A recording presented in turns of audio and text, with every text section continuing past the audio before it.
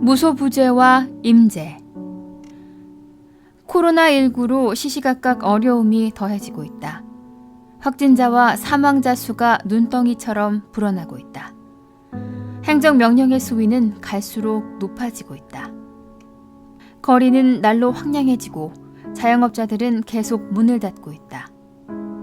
학생들이 등교하지 못한 지는 꽤 여러 날이 됐다.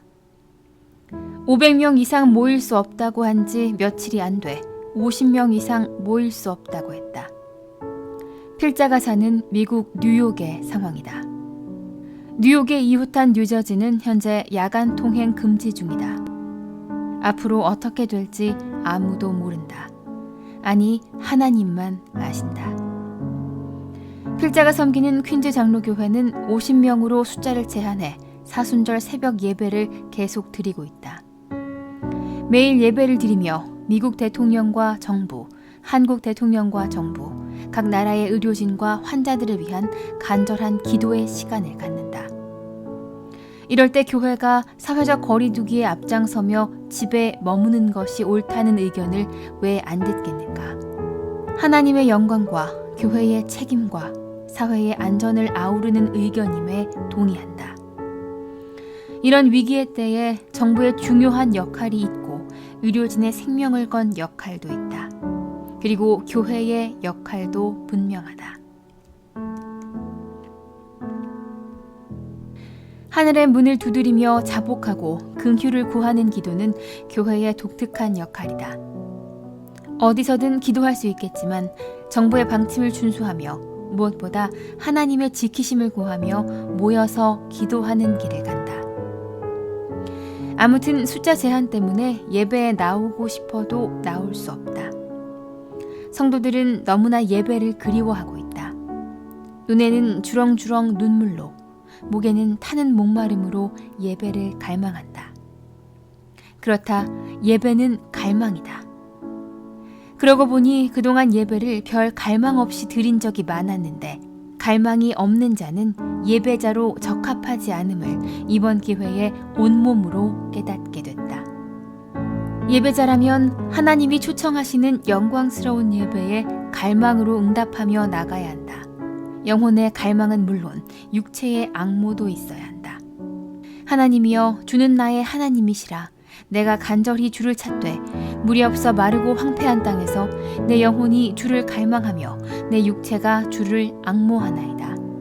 내가 주의 권능과 영광을 보기 위하여 이와 같이 성소에서 주를 바라보았나이다. 예배는 갈망이다. 특별히 무엇을 갈망해야 하는가? 하나님의 임재를 갈망해야 한다.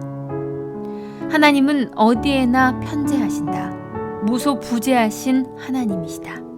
그러나 누구에게나 임재하시지 않으신다. 예배를 드리면서 나는 갈망할 수 있다. 내가 만족할 예배, 내 필요를 충족하게 해줄 예배, 나를 위로할 예배를 갈망한다. 일견 그렇듯하지만 예배의 갈망은 하나님의 임재를 향한 것이어야 한다. 하나님은 전심으로 자기를 찾는 자들에게 임재하신다. 하나님의 임재를 어떻게 알 수 있을까? 먼저 알아야 할 것은 하나님의 임재를 인간이 슉슉 소리를 내거나 눈물을 쥐어짜면서 조작할 수 없다는 것이다.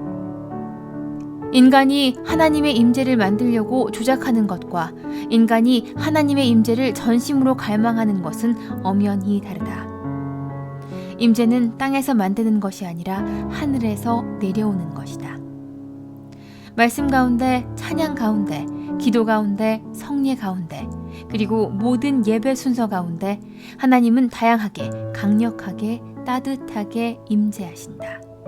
그 임재는 나를 압도해 반드시 나의 생각을 충만케 하고 나의 감정을 뜨겁게 하며 나의 의지를 새롭게 한다. 하나님이 임재하시면 나의 전 존재가 업그레이드 되므로 명백히 알 수 있다. 복음이 확실하게 이해되고 말씀의 찔림이 크고 회개가 쏟아지고 감사가 넘치며 이전에 볼 수 없었던 새로운 삶이 전개된다.